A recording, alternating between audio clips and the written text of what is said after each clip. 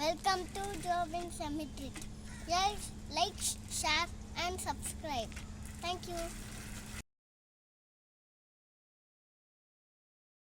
அன்பின் முதற்பரிமாண உணவு தான். இன்னைக்கு நம்ம பார்க்க போகிற ரெசிபி ரொம்பவே ஒரு கிறிஸ்பி அண்ட் டேஸ்டியான பீட்ரூட் வடை. ஸோ பீட்ரூட் சாப்பிடாதவங்க கூட இந்த மாதிரி வடை ஃபார்மில் செஞ்சு கொடுத்தோன்னா ஈஸியாக சாப்பிட்ருவாங்க. குழந்தைங்களுக்கும் ரொம்ப பிடிக்கும். கண்டிப்பாக ட்ரை பண்ணி பாருங்க.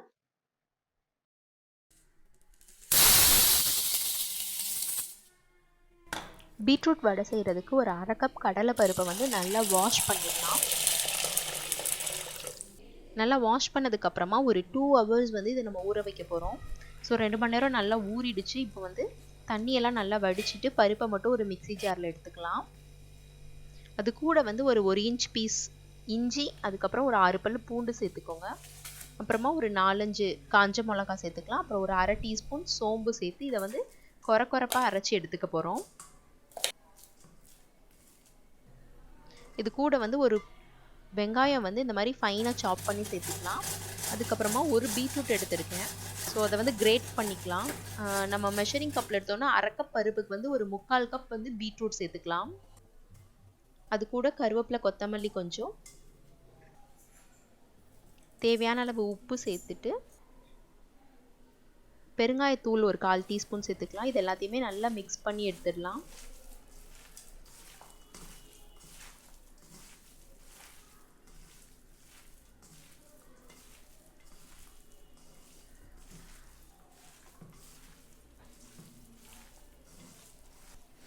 ஸோ பருப்பு, பீட்ரூட், வெங்காயம் நம்ம சேர்த்துருந்த மற்ற பொருள் எல்லாமே வந்து நல்லா மிக்ஸ் ஆகிடுச்சு.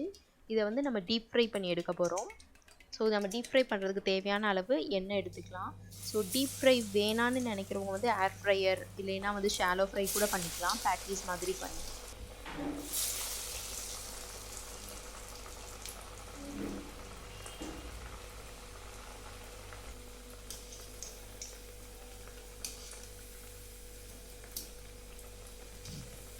ரெண்டு சைடும் நல்லா திருப்பி விட்டு ஆயிலில் ஃப்ரை பண்ணி எடுத்தோன்னா நம்மளோட கிறிஸ்பியான வடை ரெடி ஆகிடும்.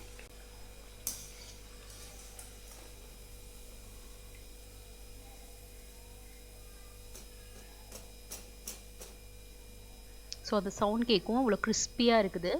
ஸோ இதை நம்ம நார்மலாக சாம்பார் ரைஸோட சாப்பிட்லாம், இல்லைனா ஈவினிங் ஸ்நாக்காக கூட எடுத்துக்கலாம். கண்டிப்பாக ட்ரை பண்ணி பாருங்கள். உங்களோட வேல்யூபிள் கமெண்ட்ஸை கமெண்ட் செக்ஷனில் கொடுங்க. தேங்க்யூ.